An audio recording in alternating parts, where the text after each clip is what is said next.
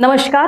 मी साक्षी चंद्रशेखरजी भेले आपल्या सगळ्यांचं हार्दिक स्वागत करते माझ्या या साक्षी भेले सोनोरी या यूट्यूब चॅनलवर. आता तुम्हा सगळ्यांना प्रश्न पडला असेल की आता नेमकं नवीन काय.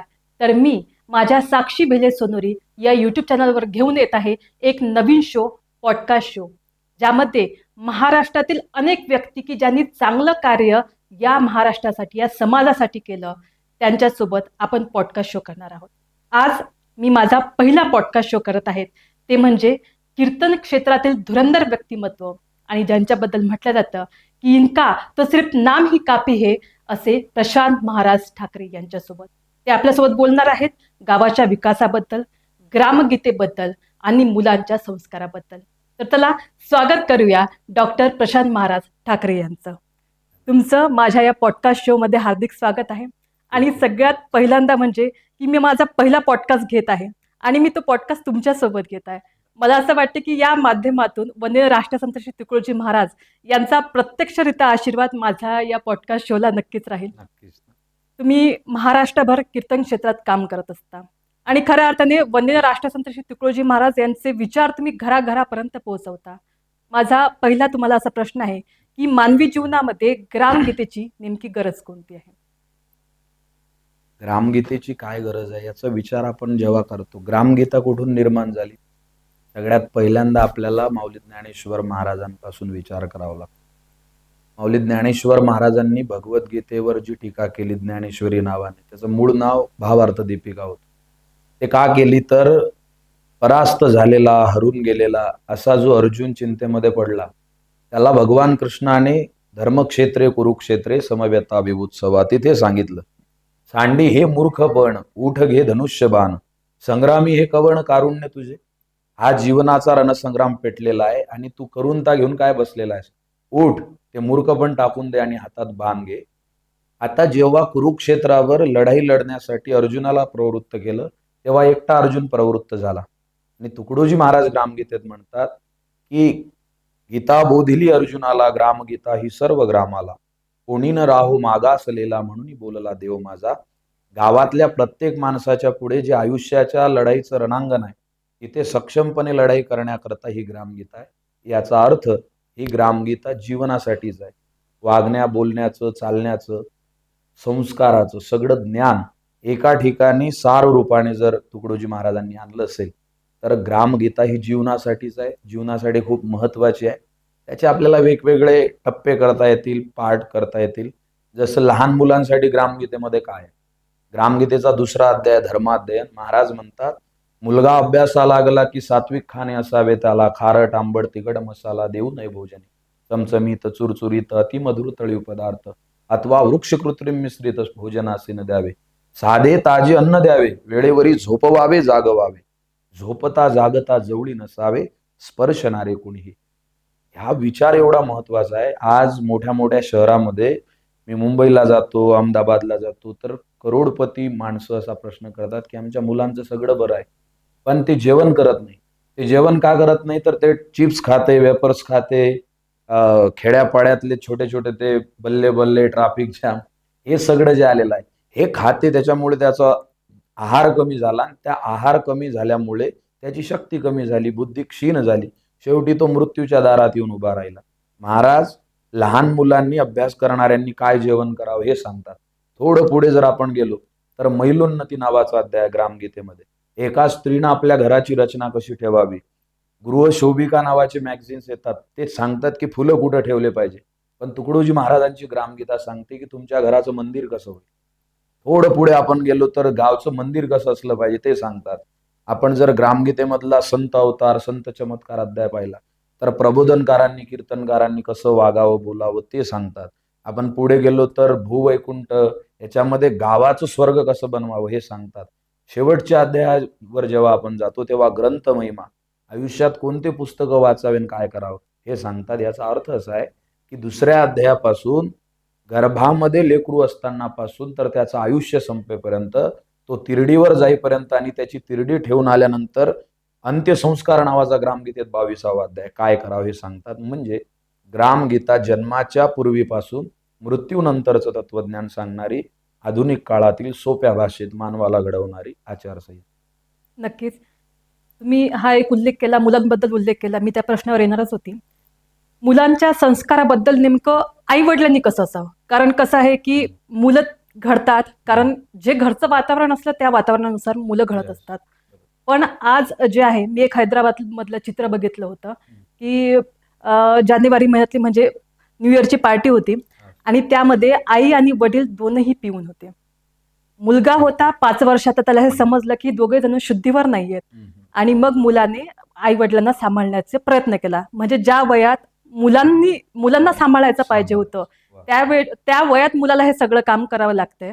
तर मला असं वाटते, की नेमकं मुलांना संस्कार देत असताना आई-वडिलांनी कसं असावं? संस्कार देत असताना सर्वात महत्वाची जबाबदारी आई वडिलांची आहे. पहिल्यांदा संस्कार कसे महत्वाचे. आपले उपनिषद असं सांगतात की संस्कारो आकारो वर्तते, संस्कारो बीज उच्यते. संस्कारानं माणसाच्या जीवनाला आकार भेटतो. आता आकार देणारा घटक कोणता आहे? सर्वात महत्वाची आई आहे. One good mother is better than 1000 school teacher. एक आई व्यवस्थित संस्कारी असेल तर 1000 शिक्षक लोकांचं काम करते. आज मुलं शिवाजी महाराजांसारखा दाढीला कट लावतात, इकडून कट आणि घरच्यांच्या मागे कट लावतात.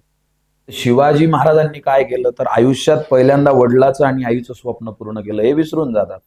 या मुलांना संस्कार देण्यामध्ये सगळ्यात मोठी भूमिका आई वडिलांची आहे. तुकाराम महाराज म्हणाले, लेकराशी दोष देऊनिया काय, किंवा माऊली ज्ञानेश्वरीत म्हणतात, एथ वडील जे करती तया नाम धर्म ठेवीती तैसेची अनुष्ठिती सामान्य सगळ. किंवा ग्रामगीतेत तुकडोजी महाराज म्हणतात, बापाने मुलगा नाही शिकवला तोही पापाचा भागीदार झाला. जैसे जन्म देणे कर्तव्य त्याला, तैसेची शिक्षण देणे अगत्याचे. ते शिक्षण काय सकाळी आईनं वॉटर बॅग घ्या, वडिलांनी स्कूल बॅग घ्या, मुलांना हात हलवत चला, म्हणजे आता हा कॉन्व्हेंटला गेला की दुपारच्या सुट्टीत कलेक्टर बनून येईल, असं थोडी होते. त्याच्यासाठी शिक्षण ते कोणतं आहे तर त्याला संस्काराचं शिक्षण आहे. ते संस्कार जर त्याला दिले तर तो चांगल्या वळणावर येऊ शकतो. त्यासाठी आई वडिलांच्या जीवनामध्ये त्यांनी काय करावं ते सुद्धा महाराजांनी सांगितलं, अनेक संतांनी सांगितलं. पहिली गोष्ट ही आहे की त्यांच्या देखत वाईट गोष्टी बोलू नये आई वडिलांनी. महाराज ग्रामगीतेत असं म्हणाले की त्याच्या समोर नाही बोलिले पाहिजे दुर्विषय कोणी. किंवा मुलगा जसा जसा अभ्यास करतो, लहानाचा मोठा होतो, तेव्हा त्याची वागणं कसं असलं पाहिजे. मुलाचे वय जसजसे वाढे तोडावे स्त्रियांचे संबंध गाडे. मुलगा काय खेळणे खेळतो, कुठे जातो, त्याचे मित्र कोण आहेत, हे सगळं पाहिलं पाहिजे. हे केव्हा पाहतील सगळे? संततीसाठी संपत्ती कमावण्याचा वेळ वाचला तर.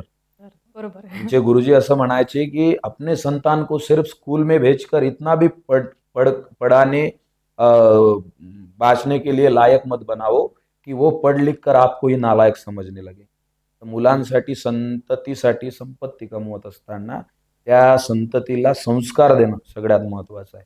ही जबाबदारी आई वडील. नक्कीच. मी प्रबोधनासाठी जाते त्यावेळेस मी एक हा विषय मांडत असते, की मुलगा दोन आता अशी परिस्थिती झाली आहे, की 2 वर्ग कमी शिकला तरी चालते. वा, पण त्याने आई-वडिलाचा विचार केलाच पाहिजे. बरोबर. इंदोरमधला एक व्हिडिओ बघितला मी. त्यामध्ये मुलगा फॉरेनमध्ये होता, पूर्ण सेटल झालेला होता. आई-वडील भारतात होते. परिस्थिती अशी झाली, आई वारली, वडील वारले. दोघांचे डेड बॉडी त्या सडलेल्या होत्या घरात. त्याच्याकडे पालिकेचे लोक आले आणि ते घेऊन गेले. ते पैसे पैसे एवढे कमावलेले आहेत त्यानं की तो सहजपणे आई वडील जरी निघून गेले तरी म्हणू शकतो आय हॅव नो टाईम. म्हणजे तुम्हाला आणखीन नवल वाटेल, आता एक नवीन ट्रेंड आला. टी शर्ट वर ते सुविचार लिहितात मुलं. त्याला सुविचार म्हणायचं का नाही तोही प्रश्न आहे. टी शर्ट वर ते स्लोगन बिगन लिहितात. आज अशी परिस्थिती आहे की टी शर्ट घालून फिरतो तो मोठ्या मोठ्या शहरांमध्ये, खेड्यामध्ये आलं ते आता, तर त्याच्यावर लिहिलेलं असते माय पप्पा इज माय एटीएम. माझे वडील कोण आहेत तर एटीएमची ATM. मशीन आहे. एटीएम जसं पैसे देते तसं माझे पालक मला फक्त पैसे देतात. याचा अर्थ एखादा नोकरीवरचा व्यक्ती जसा असतो तो पैसे घेऊन काम करतो, तसं पाहण्याचा अत्यंत घाणेरडा दृष्टिकोन समाजाचा झालेला आहे. तो बदलला पाहिजे. तो बदलवण्याकरता मुलांनी सुद्धा, म्हणजे आपण पैसे देऊन काही गोष्टी विकत घेऊ शकतो, पण काही गोष्टी अशा असतात की त्या तुम्हाला कमवाव्या लागतात. त्यातले आई-वडिलांचे नातेसंबंध, मैत्रीचं पाठबळ, या अशा अनेक गोष्टी आहेत. तर ते जी आत्मीयता आहे ती कमी झालेली आहे, ती वाढवली पाहिजे असं मला. नक्कीच. तुम्ही ज्यावेळेस कीर्तन करत असता, तर तुम्हाला कीर्तनाच्या माध्यमातून समाजात होणारे बदल जाणवले जाते का? हो. आणि त्याचप्रमाणे पहिलेच्या समाजाचे काय चॅलेंजेस होते, आत्ताच्या समाजाचे काय चॅलेंजेस आहे? आणि या सगळ्या याच्यामध्ये कीर्तनकाराचं योगदान किती होतं? म्हणजे छोटे छोटे 3 प्रश्न आहेत हे. पहिला प्रश्न की बदल जाणवतात का? बिलकुल जाणवतात. प्रत्येक कीर्तनकाराला जाणवतात. त्याचं कारण असं आहे की कीर्तनकार हा कीर्तन स्क्रिप्टेड नसते त्याचं. तिथे बसलेले लोक कोणत्या भूमिकेचे आहेत. जसं खेड्यामध्ये गेलो तर काही माता भगिनी कापूस वेचून आलेल्या असतात. तर त्यांना आपण इंग्लिशमधून नाही सांगू शकत. तर ते बदल त्याला जाणवत असतात कारण तो परफॉर्मर आहे शेवटी. दुसरी विषय असा आहे की आधीचा समाज आणि आताचा समाज याच्यात काय बदल झाला. सगळ्यात मोठा बेसिक बदल हा झाला की बौद्धिक क्षमता जी आहे ती कॅपॅसिटी समाजाची कमी झाली. चांगले विचार तुम्ही एखाद्या कीर्तनातून मांडायला सुरुवात करा तर लोकांना ते पचनी पडत नाहीत. आणि कीर्तनकाराला एक फार वाईट गोष्ट होत आहे. मला आत्मीयतेनं ते वाटते. कीर्तनकाराला ॲज अ कॉमेडियन म्हणून जनतेनं पाहू नये. कीर्तन कीर्तन हे कॉमेडीचं माध्यम नाही. It's not entertainment, it's enlightenment of society. कीर्तन हे कीर्तन चांग होय अंग हरिरूप. हे हरिरूप शरीराला जीवनाला करण्याचं साधन आहे. हे बदल करण्याचं, क्रांती करण्याचं साधन आहे. तर ते मागच्या काही काळामध्ये आधी जसं श्रद्धेनं ऐकत होते, तसं लोक आता श्रद्धेपेक्षा जास्त हा मला किती हसवतो आणि माझं किती मनोरंजन करतो, याच्याकडे लक्ष केंद्रित करायला लागले. त्याला अनेक घटक कारणीभूत आहेत. ज्या स्टेजवर कीर्तनकार कीर्तन करतो, त्या स्टेजवर दुसऱ्या दिवशी कोणातरी नृत्यांगनाचा हे असतो. कला म्हणून मी त्याचा अवेअर करत नाही किंवा अपमान करत नाही. पण एक एक प्लॅटफॉर्म आहे ना, याला व्यासपीठ म्हणतात, याला विचारपीठ म्हणतात. त्या गोष्टी वेगळ्या आहेत. ती सगळी सरमिसळ झाली आणि अस्वस्थ या वर्तमानामध्ये या 21व्या शतकातल्या लोकांना ते तेवढं तसं तर जीवनात आनंद नाही तर 10-15 मिनिटं हसून घ्या. या दृष्टीने ते पाहतात. हा एक बदल आहे आणि कीर्तनकाराची भूमिका काय असा होता ना प्रश्न. हो. कीर्तनकाराची भूमिका त्याने समाजासाठी काही काम केलं पाहिजे. सर्वात महत्त्वाचा घटक कीर्तनकार आहे. कारण व्याख्याता किती अभ्यासपूर्ण बोलत असेल तर लोक त्याला अभ्यास म्हणून ऐकतील. पण कीर्तनकाराचा वेश दिसला म्हणजे लोक त्याच्या बोलण्यावर, त्याच्या शब्दावर श्रद्धा ठेवतात. अजूनही आपल्या महाराष्ट्रात, भारतात त्याच्या शब्दांना पूज्य भावनेनं पाहतात. तर कीर्तनकाराची भूमिका खूप महत्त्वाची आहे. एवढी महत्त्वाची आहे की आई-वडिलांनंतर समाज घडवण्यासाठी सर्वात जास्त कीर्तनकार जबाबदार. आणि त्या काळात तुकाराम महाराजांनी सुद्धा ते काम केलं होतं. बिलकुल. नक्कीच. आणि तुम्ही एक खूप चांगला मुद्दा मांडला या ठिकाणी, की जर तुम्हाला हसवण्यासाठी जर काही पाहिजे असेल तर दुसरे शो बघा. हां. पण कीर्तन हे समाजाचं प्रबोधनाचं प्रबोधन खूप मोठं माध्यम आहे. विनोद नसावा असं नाही, विनोद असावाच. पण कीर्तनात आमचे एक महाराज म्हणाले होते, की कीर्तनात विनोद असावा, कीर्तनाचं विनोद होऊ नये. विनोद. नक्कीच, नक्कीच. त्यानंतर वने राष्ट्रसंत श्री तुकडोजी महाराज यांनी सगळ्यात मोठे जो सांगितला तो कर्मयोग सांगितला. महाराज म्हणतात, की बरोबर. एका हाताने कर, दुसऱ्या बरोबर. हाताने भर. बरोबर. तर महाराजांचा कर्माबद्दल काय नेमके विचार होते आणि मनुष्याने जीवन जगत असताना कर्माला कोणत्या दृष्टिकोनातून पाहावं? महाराजांचं एक स्पष्ट वचनच आहे लहर की बरखामध्ये, मैं कर्म योगी हूँ बेकार से होती घृणा. पंडित हो या हो संत, पुजारी हो श्रम के बिना. मानव हो तो हाथ से या पैर से खूब काम लो. कर लो सुखी मानव प्रजा भगवान का फिर नाम. तुम्हाला भगवंताचं नाव घेण्याचा अधिकार नंतर आहे. पहिल्यांदा तुमचं कर्म व्यवस्थित करणं. आणि मी रोज बोलतोय, तुम्हाला नियतीने, डेस्टिनीने दिलेलं जे कर्म आहे ते तुम्ही प्रामाणिकपणे करणे, प्रामाणिकतेने करणे काम, हेच आमचे ईश्वर नाम. हे ग्रामगीतोक्ती आहे. ग्रामगीतेच्या विचार आहे की माझं काम मी प्रामाणिकपणे करावं. ज्याला आज समाजात सगळ्यात मोठा फॉल्ट हाच आहे. जो डॉक्टर उपचारासाठी आयोजित केला, त्याचं योजना केली किंवा त्याला लोक पाहतात. तो लोकांचे ऑपरेशन करते आणि 3 वर्षानंतर समजते की त्यांना ऑपरेशन सेवा म्हणून केली, पण त्याच ऑपरेशन केलेल्या लोकांच्या किडन्या काढल्या आणि 3-3 लाख रुपयामध्ये विकल्या. ज्या शिक्षकाला ओळखुनी गावाची जबाबदारी, शिक्षक जिव्हाळ्याने काम करी तरीच गाव होई वैकुंठपुरी, न पडे जरुरी कोणाची. तो शिक्षक एखाद्या मुलीवर वाकड्या नजरेनं पाहतो, अत्याचार करतो, तेव्हा बोलताना शरम वाटते माणसाला. ज्या कीर्तनकाराला खऱ्या गोष्टी सांगायच्या आहेत, तो कीर्तनकार सांगतो की तुम्ही तिसऱ्या बोटात लाल रंगाचा खडा घाला, तुमचा शनी निघून जाईल. महाराज म्हणतात या बोटात कोणता खडा घातला यानं काही फरक पडत नाही. हे बोट ज्या मनगटाला आहेत, त्या मनगटानं जर कष्ट केले तर फरक पडते. एक सुंदर उदाहरण महाराजांचं आहे, मी सांगेल तुम्हाला. महाराज म्हणतात, समाजामध्ये 2 प्राणी आहेत. एक पक्षी आहे, एक प्राणी आहे. एक वाघ आहे आणि एक गिधाड आहे. गिधाड सुद्धा मांसच खाते, मांस भक्षण करते आणि वाघ सुद्धा मांसच भक्षण करते. पण दोघांमध्ये फरक आहे. गिधाड जर सकाळी एखाद्या माणसाला दिसली तर तो पाहत नाही. अजूनही खेड्यात तो म्हणते अपशकुन होईल तिचं तोंड पाहू नका सकाळी उठल्यावर. आणि वाघाला पाहण्यासाठी सचिन तेंडुलकर मुंबईवरून इकडे येतात चंद्रपूरच्या ताडोबाजवळ. आणि 2 दिवस थांबून वाघ दिसल्यावर म्हणतात today I am very happy because I seen real tiger of Tadoba. म्हणजे गिधाड दिसली तर माणूस पाहत नाही. वाघाला पाहण्यासाठी 1.5-2 कोटी रुपयाच्या गाडीत बसून येतो, तिथं 1-1.5 लाख खर्च करतो. हे काय? याचं उत्तर महाराजांनी ग्रामगीतेत त्यांच्या लहर की बरखामध्ये दिलं. याचं कारण एवढंच आहे, दोघं जरी मांस भक्षण करत असतील तरी गिधाड हे जनावर मरायची वाट पाहते ना, त्या मेलेल्या जनावराचं मांस खाते. आणि वाघ जंगलाचा राजा म्हणतात त्याला, पण दररोज पंजे उचलते, नखाला धार लावते, मान ताठ करते आणि समोर असलेल्या सावजाचा वेग लक्षात घेते, छलांग मारते, स्वतःच्या शक्तीवर ताकदीवर तिची शिकार करते, मांस भक्षण करते, उद्या पुन्हा दुसऱ्या तयारीला लागते. दोघांमध्ये एकच फरक, मांस भक्षण करतात पण वाघ स्वतःच्या मेहनतीनं मांस भक्षण करते. महाराज म्हणतात की जे वाघासारखे आहेत ते कष्ट करत असतात आणि जे आयत खाऊपणे राहतात, कर्म करत नाहीत, तसंच त्यांना फळ पाहिजे, ते गिधाडीसारखे असतात. महाराजांचा फार सुंदर श्लोक आहे.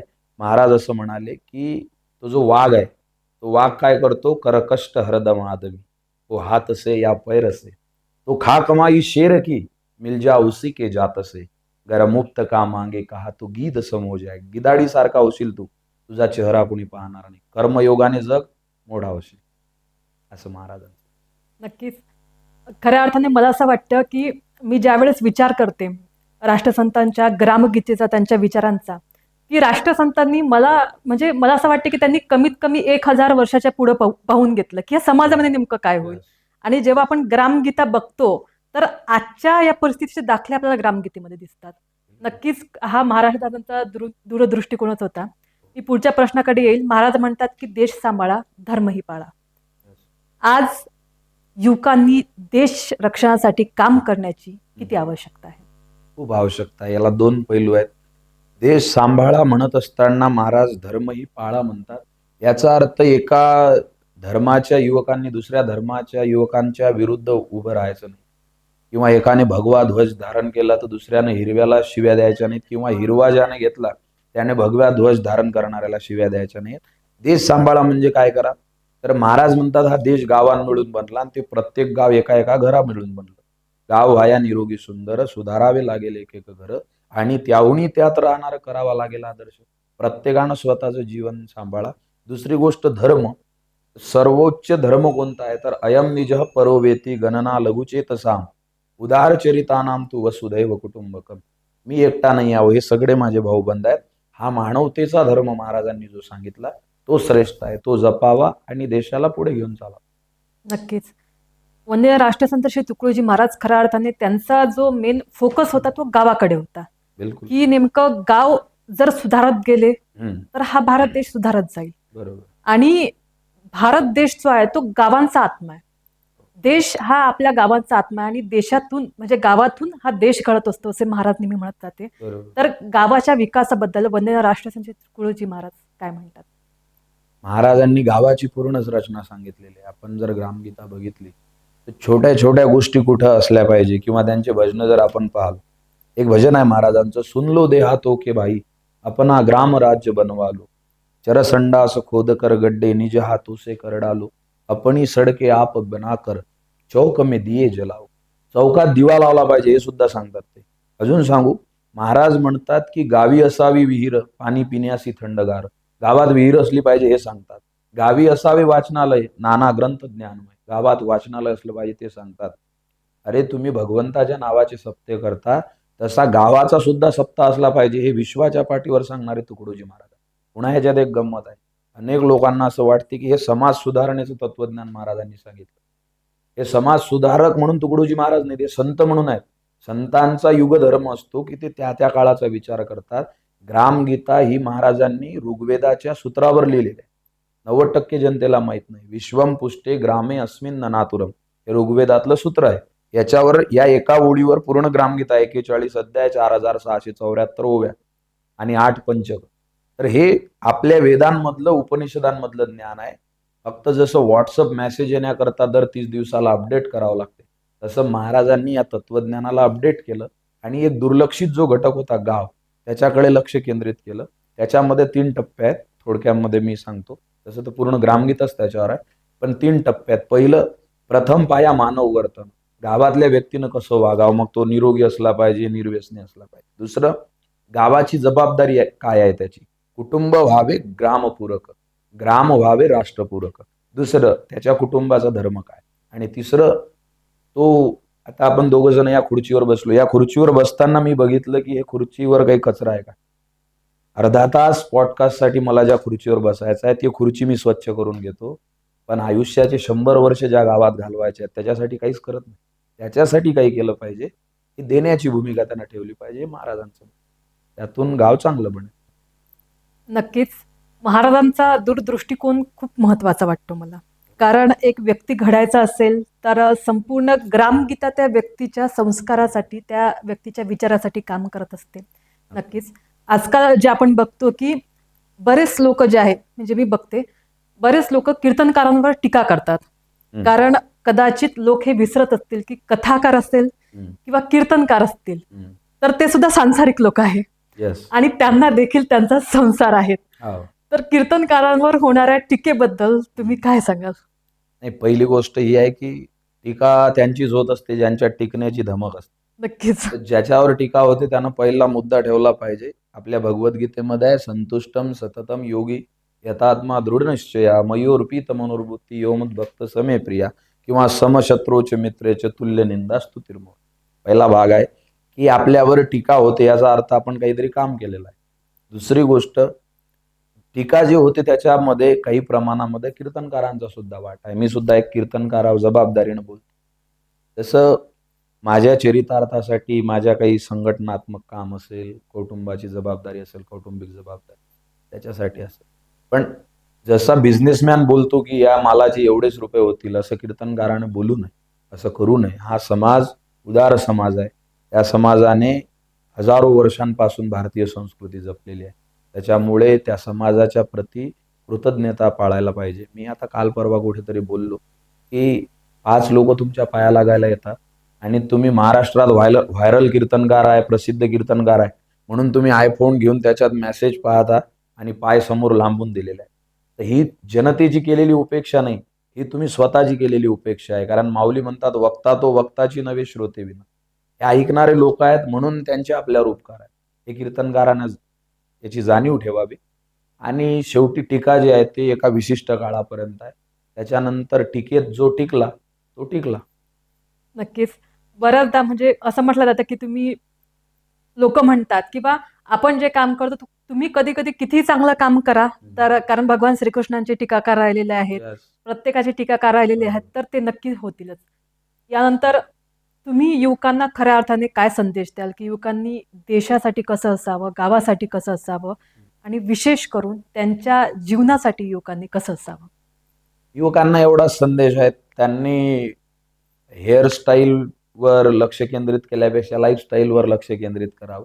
आणि लाईफस्टाईल हे नुसती फॅशनने यानं बनत नाही. हे आजकाल तुम्ही बघितलं असेल, काही पोरं असे खालचे सगळे केस कापतात, वर गोबीचं फूल.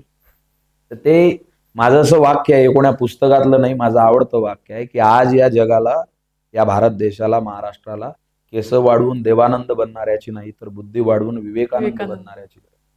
ज्या विवेकानंदांनी 200 रुपयाची लुंगी गुंडाळलेली होती, पण तिकडे त्यांना विचारलं की I seen many people we were branded costume but I don't see like you gentleman. मी हजारो माणसं पाहिले पण तुमच्या एवढा प्रसन्न आणि एवढा सुंदर युवक मी बघितला नाही. असं म्हटल्यावरही विवेकानंद म्हणतात की मी एकटाच प्रसन्न नाही, तुम्हाला जर प्रसन्न चेहऱ्याचा कोणताही माणूस दिसला तर त्याला विचारू नका तुम्ही कुठून आले, समजून जातो भारतातून आला. आज या भारताची अवस्था काय, तर तिथल्या तरुण पोरांचे तंबाखू खाऊन गाल आतमध्ये चालले, हातापायाच्या काळ्या झाल्या. खेड्यातले लोक म्हणतात हातापायाच्या काळ्या, छातीच्या पतरवाळ्या. तो काय क्रांती करणार आहे? त्यानं शक्ती अर्जित करावी, बुद्धीचा योग्य वापर करावा आणि त्याची क्रयशक्ती कामी लावावी. आता तुम्ही सांगितलं की प्रसिद्ध वगैरे, मला लाखो लोक फॉलो करतात, व्हिडिओ पाहतात. गेल्या 1.5 महिन्यापासून मी मोबाईल वापरत नाही आहोत, काहीच माझ्या जीवनात अडचण नाही. जे रोशन भाऊ आहेत ते सगळं पाहतात, जे गरज असली तेव्हा मी बोलतो. तुम्ही जे रील स्क्रोल करत आहात त्याच्यामध्ये तुमचे 30 सेकंद नाही चालले. आधीचं रील वेगळ्या विषयावर असते आणि दुसरं रील वेगळ्या विषयावर असते. त्यात तुमची बौद्धिक क्षमता व्हायबल होत आहे, तुम्ही बदलत आहे. लगेच हसायचं येते आणि लगेच येते विमान क्रॅशमध्ये अमके निघून गेले, लगेच पुन्हा येते या मुलाने मोबाईल पाहू दिला नाही म्हणून आईला भोकसला चाकू. लगेच चौथी बातमी येते तालुक्यामधल्या आमदाराचं याच्याशी भांडण झालं. म्हणजे दर सेकंदाला तुमचे विचार बदलत आहेत, तुमची बुद्धी व्हायबल होत आहे, ब्रेन कॅपॅसिटी कमी झाली. आपल्या एक 5-10 वर्षाचं सर्वेक्षण बघा तुम्ही, शैक्षणिक गुणवत्ता कमी झाली. या सगळ्या गोष्टी कमी झाल्या. घरामध्ये माणसं एकमेकांसमोर बसून मोबाईल पाहायला लागलेले आहेत. पत्नी समोर बसलेली आहे तरी तो मोबाईल पाहते. बरं तो पाहते तर ती पण पाहते. ते दोघे जण मोबाईल पाहतात, एकमेकाला कोणीच पाहायला तयार नाही. तर हे सगळं विचित्र आहे. त्याच्यामुळे तरुणांनी रीलवर, स्टेटसवर लक्ष ठेवल्यापेक्षा आपलं स्टेटस समाजात कसं चांगलं होईल याकरता लक्ष केंद्रित. शेवटचा प्रश्न, की एका व्यक्तीने तुमच्या दृष्टिकोनातून एका व्यक्तीने आपल्या जीवनामध्ये काय कमवावं? एका व्यक्तीची कमाई तर माणसाची सगळी वेगवेगळ्या प्रकारची आहे. मी तुम्हाला विचारतो थोडंसं. आता सध्या एक माणूस जिवंत आहे भारत देशामध्ये, जगामध्ये. तो एक सेकंद झाला की एक 10-15 लाख रुपये कमावतो. आपली पॉडकास्ट अर्ध्या तासाची होईपर्यंत आपल्या दोघांकडे जेवढी संपत्ती आहे तेवढी तो कमावतो, काही न करता. त्या माणसाचं नाव कोणाला माहित आहे? गावात विचारा तुम्ही, माहित नाही. पण तुम्ही एखाद्या माणसाला जाऊन विचारा की एक महाराज झाले, त्यांनी फाटलेले कपडे घातले, हातात गाडगं घेत होते, झाडून झाडझूड करत होते. एक महाराज झाले, त्यानं मेलेल्या घोरपडीच्या कातळ्याची खंजिरी घेतली, चीनच्या बॉर्डरवर गेले. एक महाराज झाले की त्यांना लोक पाणी पिऊ देत नव्हते, पण त्यांनी पसायदान लिहिलं. हे सगळे माणसं कोणात? किंवा एक पोरगा झाला ज्याचे केस वेडेवाकडे होते, तो रामेश्वरमच्या मंदिरात तिथे जहाजातून लोकांना नेत होता, पण तो अमेरिकेच्या दरवाजात उभा राहिला, तर अमेरिकेच्या राष्ट्राध्यक्षांनी त्याला सॅल्यूट केला आणि सांगितलं की welcome doctor APJ Abdul Kalam in our. त्या लोकांची नावं लोकांना का लक्षात आहे? याचं कारण असं आहे की पैसा हे 7% व्याजनं तुम्ही बँकेत वाढू शकता, बँक सगळ्या फुल करू शकता, पण माणसाच्या आयुष्यात परोपकार ही अशी कमाई आहे, तिचा व्याजदर काही वर्ष लेट लागतो, पण एक वेळ तिचा व्याजदर सुरू झाला की पिढ्यानपिढ्या चालतो. जो आज संतांची ओळख आहे, समाज सुधारकांची ओळख आहे. तर आपण ते माणसं कमावले पाहिजे. आणि माणसं कमावता कमावता पुन्हा पॉडकास्ट काही तरुण मुलं पाहत असतील तर पैसे पण कमावले पाहिजे. जो माणूस म्हणतो की पैसे काय महत्वाचं नाही, हे अत्यंत चुकीची गोष्ट आहे. पैसा ही खूप महत्वाची गोष्ट आहे. खूप पैसे कमावले पाहिजे. एवढे पैसे कमावले पाहिजे की जी वस्तू पसंत पडली ती विकत घेण्याची ऐपत आली पाहिजे. पण एवढं सगळं कमावल्यानंतर माणसाने हा विचार करावा, ह्या सगळ्या ठेवलेल्या ज्या वस्तू आहेत, हे माझे जे ब्रँडेड मोबाईल जे काही, हे सगळं माझ्या समाधानाला पुरेसं आहे का? तर नाही. म्हणून सर्वात जास्त माणसं कमावले पाहिजे. नाहीतर अशी अवस्था होईल. सुरेश भट म्हणाले होते की जीवनाची प्रेत यात्रा थांबली जेव्हा स्मशानी, घेतला काढून खांदा ओळखीच्या. आपली ज्यांच्यासोबत ओळख आहे त्यांनी खांदा काढून नाही घेतला पाहिजे, किमान खांदा द्यायला येताना 2 अश्रू त्यांच्या डोळ्यात. नक्कीच, नक्कीच. ज्यावेळेस मी बघते वंदनीय राष्ट्रसंत श्री तुकडोजी महाराज यांचा पुण्यतिथीचा तो कार्यक्रम, की लाखो लोक त्यांना श्रद्धांजली देण्याकरता येतात. आणि ज्यावेळेस मी ही बघते, मी विचारत असते, एक आजी होती, यावेळेस मी बघितलं, आजीचं वय होतं 90+, 92 वर्षाची ती आजी.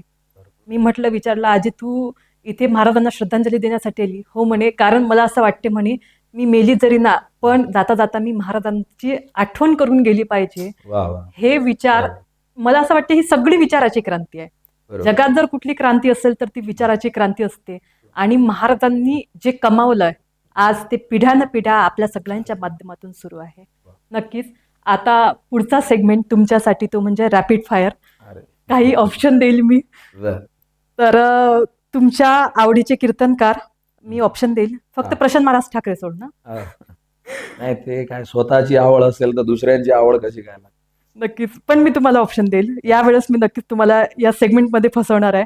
आवडीचे कीर्तनकार ते म्हणजे हरिभक्तपरायण नामदेव महाराज शास्त्री, हरिभक्तपरायण इंदुरीकर महाराज, सत्यपाल महाराज की विशाल खुले महाराज. नाही, आता ते फसवण्यासाठीच तुम्ही ऑप्शन दिले चांगल्या पद्धतीनं. प्रत्येक व्यक्तीचा एक पिंड असतो. जसं नामदेव महाराज शास्त्री खूप विचार गर्भ चिंतन आहे त्यांचं. पूज्य आहेत ते, माझे आजोबा आहेत, ज्यांच्यामुळे मी या क्षेत्रामध्ये खूप गती घेतली. आमचे पूज्य बळीराम महाराज दूर नामदेव महाराज शास्त्रींचे चांगले मित्र आहेत. शास्त्री महाराज मला खूप आवडतात, म्हणजे त्यांच्या बोलण्यापासून सगळ्या गोष्टीपासून.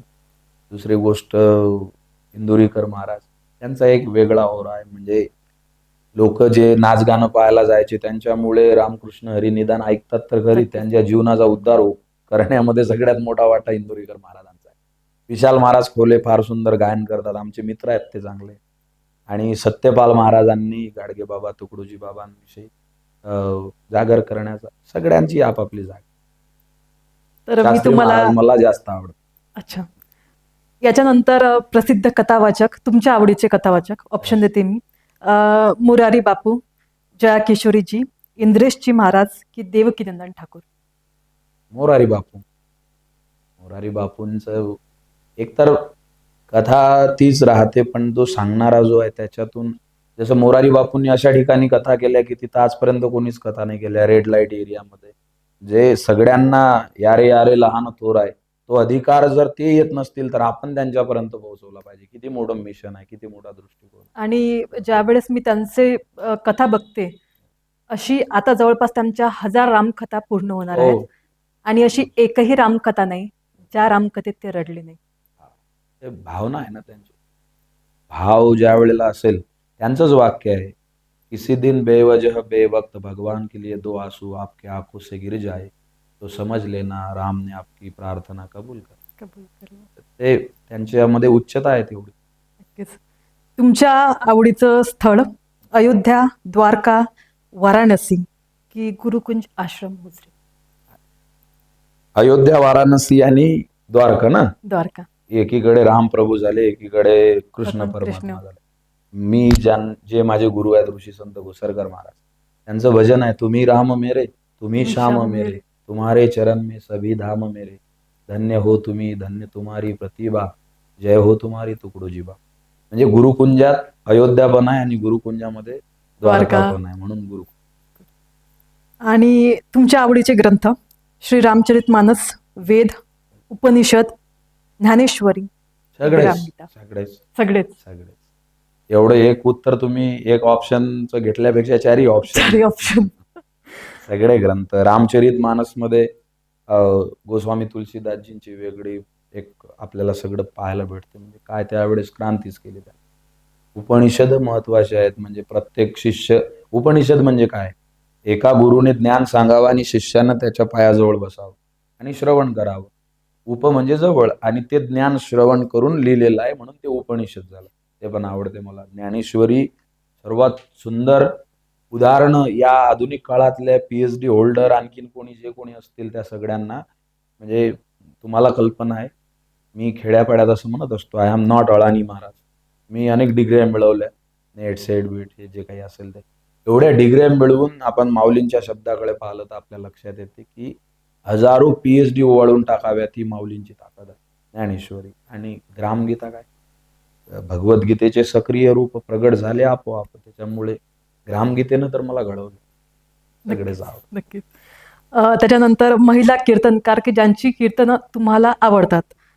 ऑप्शन आहे हरिभक्त पारायण रोहिणीताई परांजपे, हरिभक्त पारायण शिवलीलाताई पाटील, हरिभक्त पारायण शालिनीताई इंदुरीकर की हरिभक्त पारायण डॉक्टर श्रद्धाश्री ठाकरे. अरे सगळेच कीर्तनकार चांगले आहेत, पण याच्यातलं एक निवडायचं असेल, याच्यातलं एक डॉक्टर श्रद्धाश्री ठाकरे. नाही, नाईलाजाने निवडत आहो, खरोखर मला आवडतं. नक्कीच ना. नक्कीच नाईलाज नाही. तिचं कीर्तन मी जेवढं मन लावून ऐकतो तेवढं मी अजून या वरच्या सगळ्या ऑप्शन पैकी ऐकलेलं नाहीये मन लावून. कारण ती कीर्तन करताना नुसती कीर्तन करते असं नाही. तुम्हाला मी गेल्या 2 वर्षामध्ये राष्ट्रसंत तुकडोजी महाराज कीर्तन विद्यालय सुरू केलं. आई वडील नसणाऱ्या मुलांना आपण पायात घालायच्या चपलेपासून तर डोक्यात घालायच्या टोपीपर्यंत सगळं मोफत करतो. 1 रुपया घेत नाही त्यांच्याकडे. याच्यामध्ये सगळ्यात मोठा वाटा कीर्तनकार म्हणून जर कोणाचा असेल तर माझ्या पत्नीचा आहे, डॉक्टर श्रद्धाश्रीचा आहे. कारण कोण्या दिवशी तिनं पाकिट उघडून असं पाहिलं नाही, मला विचारलं नाही किती पैसे भेटले.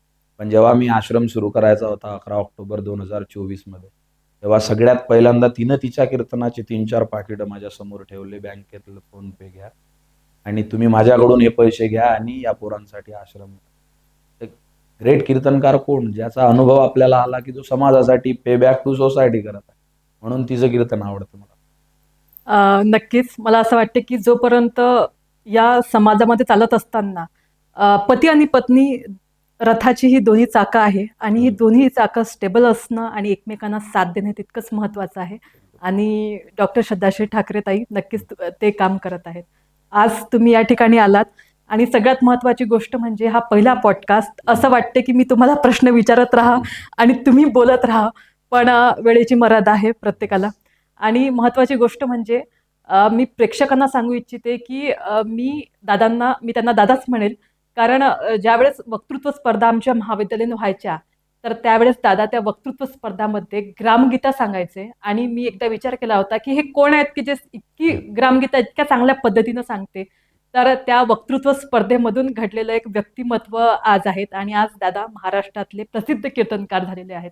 नक्कीच दादा तुम्ही या ठिकाणी आलात आणि धन्यवाद. तुम्हाला माझ्यासोबत खूप खूप धन्यवाद. उलट तुम्ही याला चहाची बैठक नाव दिलं ना? चहाची तो बैठक. चहा मला वाटते असा प्यायचा नाही आहे. च म्हणजे चाहत्यांना आणि हा म्हणजे हायसा वाटणारा. तुमच्या सगळ्या श्रोत्यांना, चाहत्यांना हायसा वाटणारा हा कार्यक्रम तुमचा आहे आणि सुरुवात उलट माझ्याकडून झाली. ते माझाही एक चांगला योग आहे. तुम्हाला खूप खूप धन्यवाद. एवढे चांगले विचार तुम्ही नक्कीच आपल्या सगळ्यांना मी पुन्हा एकदा सांगू इच्छिते, की हा सगळा कार्यक्रम तुम्ही साक्षी भेले सोनोरी या YouTube चॅनलवर बघू शकता. तसेच माझ्या Facebook आणि Instagramवर देखील बघू शकता. आपल्या सगळ्यांचं खूप खूप धन्यवाद.